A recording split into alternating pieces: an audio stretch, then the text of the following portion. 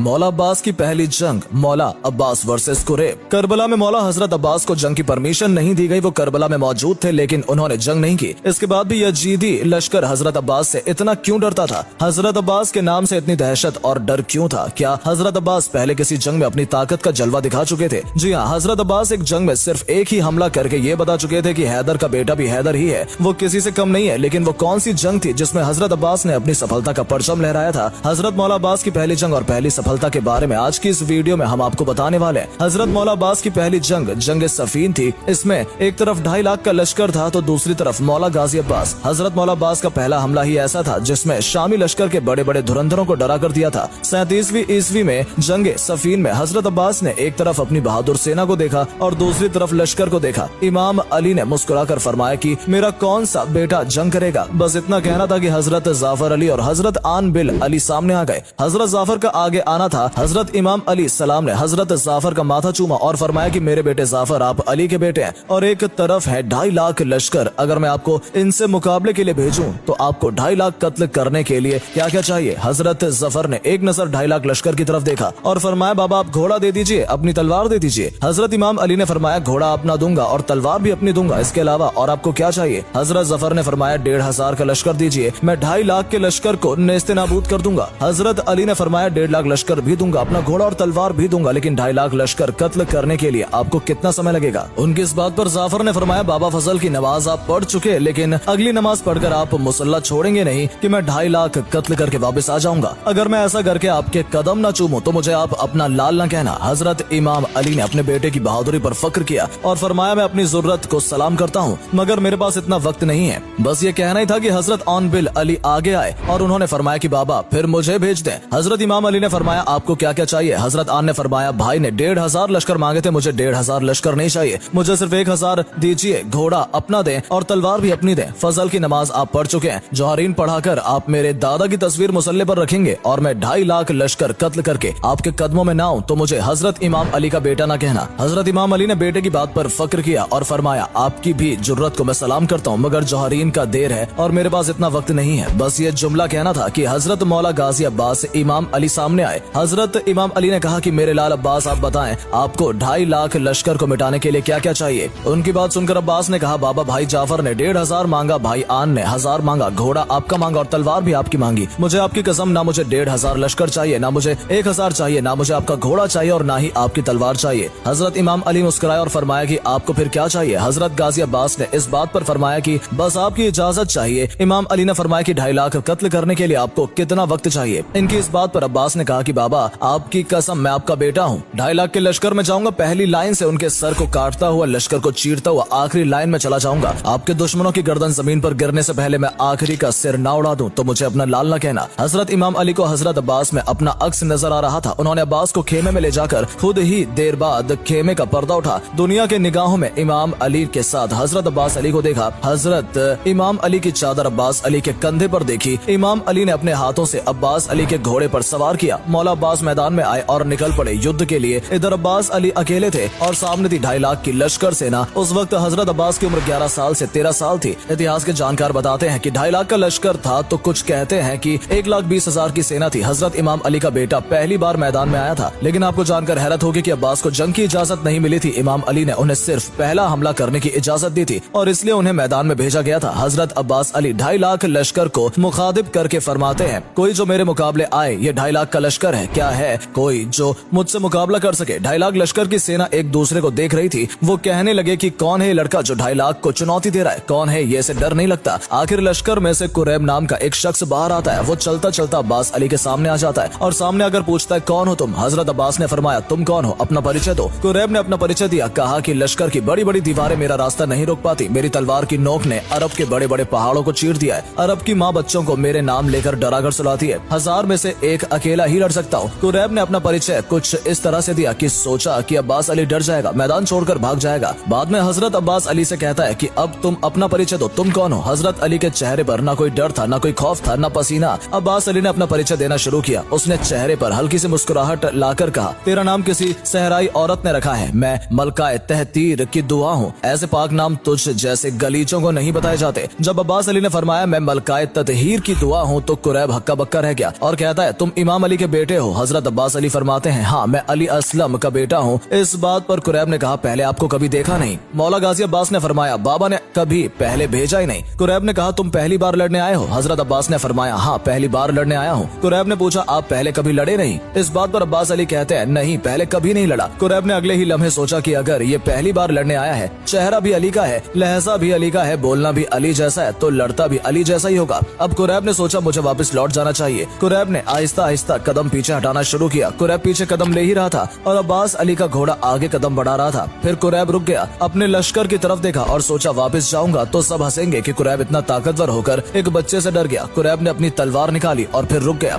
मौला अब्बास ने फरमाया, आगे आओ, लड़ते क्यों नहीं हो? तुम तो अभी अभी कह रहे थे कि लश्कर की बड़ी बड़ी दीवारें भी तुम्हारा रास्ता नहीं रोकती, अरब के बड़े बड़े पहाड़ों को तुमने चीर दिया, तो आगे आओ, मुझसे मुकाबला करो। कुरैब को और कोई बहाना नहीं मिला तो कहता है, मैं तुमसे नहीं लड़ूंगा क्योंकि तुम अभी बच्चे हो। इतना कहना ही था कि मौला अब्बास अली सफीन की मिट्टी पर आए। कुरैब ने अब्बास अली पर तलवारों से हमला कर दिया। हजरत अब्बास ने उन वारों से बचकर कुरैब को गर्दन से पकड़कर नीचे फेंक दिया और कुरैब के सीने के पांव रखकर फरमाया, यहाँ हमारे घर में कोई भी छोटा नहीं होता, सारे अली हैं। हजरत अब्बास ने उसे एक और मौका दिया। कुरैब उठा। इधर अब्बास अली ने पीछे टीले पर खड़े हजरत चाचा को देखा। हजरत अब्बास ने फरमाया, चाचा मलिक, मेरा बादशाह कहाँ है? फिर उस टीले पर हजरत हुसैन आए। हजरत इमाम हुसैन ने सलाम में हाथ का इशारा किया। हजरत मौला गाजी अब्बास को इजाजत मिलनी थी कि इधर कुरैब ने अपनी पूरी ताकत से अब्बास अली पर हमला कर दिया। गाजी अब्बास ने अपनी तलवार से कुरैब के हमले को रोका और उसकी आंखों में देखा। अब्बास अली की आंखें देखकर कुरैब खौफ ज्यादा हो गया। अब्बास अली ने अपनी तलवार को घुमाया और एक ही वार में कुरैब की गर्दन को चीर दिया। तभी इस्लाम अली ने आवाज दी और अब्बास को रोकने के लिए कहा। अब्बास की तलवार वहीं रुक गई। अब्बास अली का ये पहला हमला देखकर लश्कर भागने लगा और यही वजह थी कि लश्कर अब्बास अली से इतना खौफ ज्यादा रहता है।